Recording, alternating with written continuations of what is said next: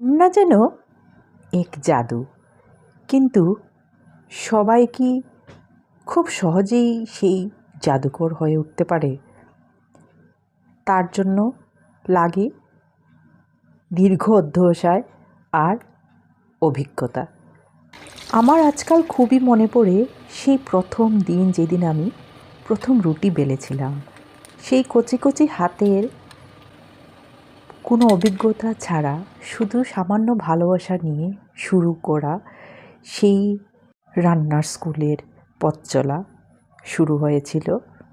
আজ সে ভালোবাসায় এই পর্যায়ে এসে পৌঁছেছে। এখন আর কোনো কিছু নষ্ট করতে ইচ্ছে হয় না।